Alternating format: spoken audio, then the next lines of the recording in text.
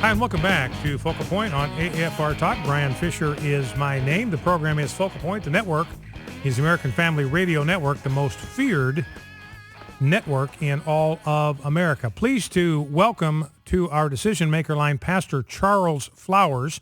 He is the pastor of Faith Outreach International in the city of San Antonio. Pastor Flowers, welcome to Focal Point with Brian Fisher. It is always a privilege to be with you, Brian. Thank you. Well, it's good to have you on here, and I want to bring you on because I want to make sure, I've talked about this over the last couple of days, just how alarming developments are in the city of San Antonio. You know, one of the things I've said from the very beginning of the public debate about the homosexual agenda, I have said repeatedly that we're going to have to make a choice between homosexuality and religious liberty because we cannot have both. Every advance of the homosexual agenda comes at the expense of religious liberty. And we're seeing that played out over and over again. We're seeing it played out in the military. We're seeing bakers being sued because they won't bake cakes for same-sex weddings, florists being sued, bed and breakfast owners being sued, meeting places being sued. Churches are going to start getting sued if they won't rent their churches for same-sex weddings. And we're seeing just how far I think homosexual activists are willing to go there in San Antonio. So, Pastor Flowers, you live there in San Antonio. You've been sort of leading the effort to make a response to this. Tell our folks and our listening audience what's going on in the city of San Antonio. Well, ordinances like the one that's before City Council right now are chosen carefully because the ordinance that they're seeking to amend is the anti-discrimination ordinance. You know, in one sense, they've got anti-discrimination policies scattered throughout the city's policies, and they're trying to collect all of them and consolidate, which is fine. But they want to add to that consolidated list sexual orientation and gender identity, of course, which covers the homosexual and lesbian and the transgender, and to make them a part of the class against which you can no longer discriminate. Well, that obviously brings up many problems as it relates to liberty and free speech.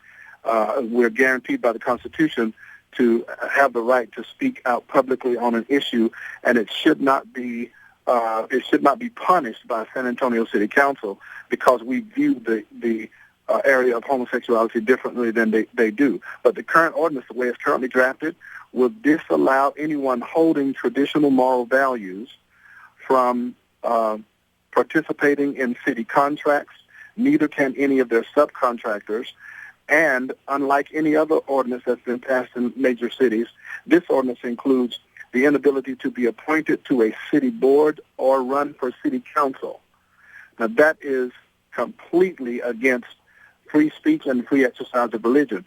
So we're not trying to come into battle or conflict specifically with any group. We're defending our liberties as San Antonio citizens. Well, you look at, I want to get to that election thing because that's just a mind-boggler to me, Charles, and that sort of, it sort of outs them for what their ultimate agenda here is, which I believe is to completely exclude Christians from the political process, even as participants, to even offer an opinion in the public square on some of these moral issues. But let's go back. Let's go back to the city contract issue because I want to be sure that our listeners understand what you were saying. So tack that down for us. If this policy, this ordinance, if it is adopted, what would that mean for a Christian business owner who would want to do business with the city of San Antonio? It certainly affects Christian business owners, but it affects a larger group of people who hold a traditional value that may or may not be Christian. It's not just the Christian that it impacts. It's people who hold a Judeo-Christian ethic or moral value set. They cannot enter into contracts. That is a contract that has major projects going on, building projects or other kinds of human services projects that they can't partner with the city and therefore can't have a voice. Neither can any of their subcontractors. So even the subcontractors. So if you were a general contractor, let's say, and you wanted to bid on some project, the city was going to build something. I don't know whether it was some kind of affordable housing or some kind of If you're a general contractor, you would not even be allowed to bid on that if at any time in your past you had ever expressed any criticism of homosexual behavior. Ever expressed a bias the way the document is written. But it doesn't define what a bias is or who determines what a bias is. It is so generally written that it can be used in very destructive ways. But yes, that's the heart of it. You can't enter into a contract with the city, and you can't have any subcontractors that don't agree with the city's view on this issue either. So if you have a general contractor, for instance, he's going to have a lot of subcontractors. You've got drywall guys, and you've got the guys that lay the cement. Correct. You've got the plumbers. Correct. You've got the electricians and all that. And a general contractor would have to go through there, and he would have to purge from his entire team anybody that had ever demonstrated what a San Antonio city official would think was bias on any issue. Absolutely.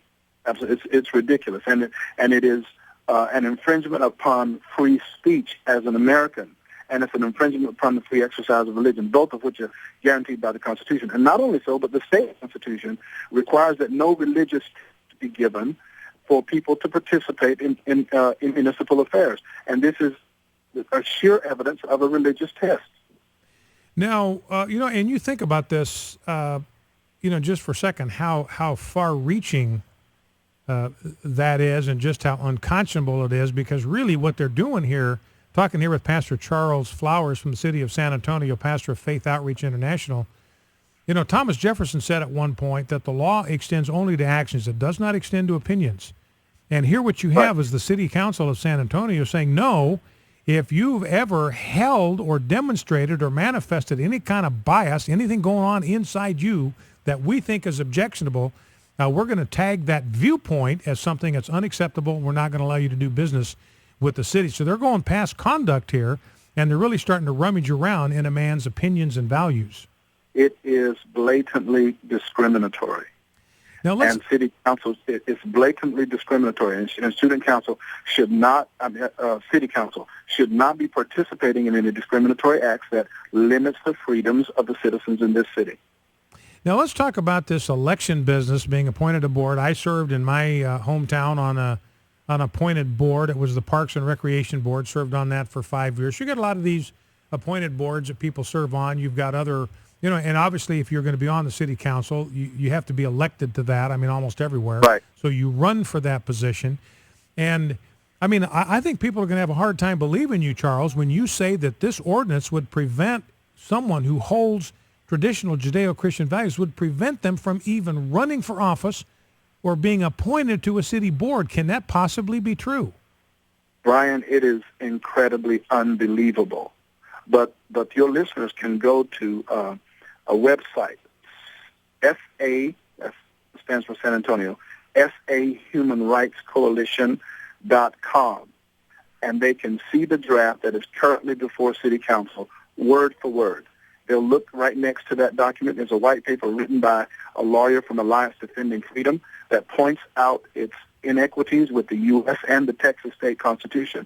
So it's not a fragment or of our imagination or something that we're pulling down for emotional reaction. It is the way it is written in the draft. And your listeners can help San Antonio win, because win here is a win for the nation. So, they can help San Antonio win by calling City Council.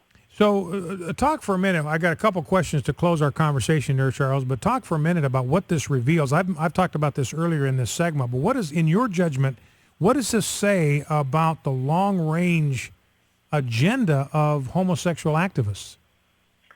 The long-range agenda is to remove Judeo-Christian ethic from the marketplace, from governmental life, and from society in general, and to remove the absolute truth of Scripture out and replace them with the popular opinion or political correctness.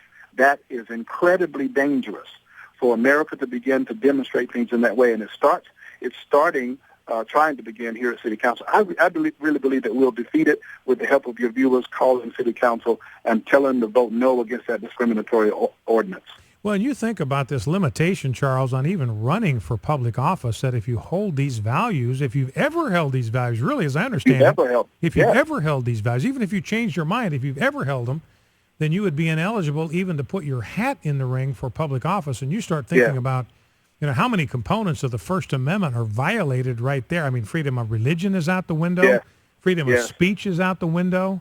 Freedom of association is out the window. Mm-hmm. Freedom to petition the government for the redress of grievances, that's all gone. Freedom of press would be gone if you'd ever written anything like this. It would just essentially take the First Amendment of the United States Constitution and shred it. Yes, yeah, and that is that's the alarm in this city. The alarm is that we must not let that happen in the Alamo City, where we historically have drawn a line for liberty and freedom. And we're drawing another line here in 2013 to defend those freedoms and rights, not only for the people in this city, but for major cities around the nation, because just as San Antonio's facing it, so will other cities. And you've got the Alliance Defending Freedom is involved in this, doing some analysis. They've told you they've never seen anything this draconian in their entire lives. That's correct. They've faced ordinances like this in other cities, but never like it is here in the city of San Antonio. We must defeat this thing, Brian. So then we got about 60 seconds left, Charles. What's the next step? How can this thing be defeated? SAHumanRightsCoalition.com. Have your listeners go there. They'll find on that site a draft, educate themselves first of all, and then call San Antonio's City Council. Their names and numbers are there, and follow the script. Please don't be belligerent or out of conduct or unchristlike. Just follow the script that's there and ask them to vote no against this discriminatory ordinance. So be calm, firm, and direct, but calm and Christ-like. All right. Well, our guest has been Pastor Charles Flowers of Faith Outreach International, leading the effort to protect constitutional liberties in the city of San Antonio, the home of the Alamo. And as you mentioned, Charles, I mean, people think of San Antonio, they think of Alamo, they think of kind of taking a final and ultimate stand for liberty, and that's what you and your supporters are doing. Any last words for us? I just want to thank the listeners in advance to see the value of what is taking place in the city of San Antonio, the value to win this fight, how high that is, and their immediate action taken. So thank you, Brian, for giving me an opportunity to voice that across the nation today. God bless you, Pastor Charles Flowers of Faith Outreach International in San Antonio, and God bless you, Charles, and thank you for taking time to be with us. And so, you've heard my conversation with Pastor Flowers. I mean, the stakes could not possibly be higher, and as he pointed out, a win in San Antonio is a win for the nation if the forces of sexual deviancy are able to win this battle in San Antonio and virtually purge those who believe in Judeo-Christian values from the political landscape altogether. Be a bleak day for America. Back in 2.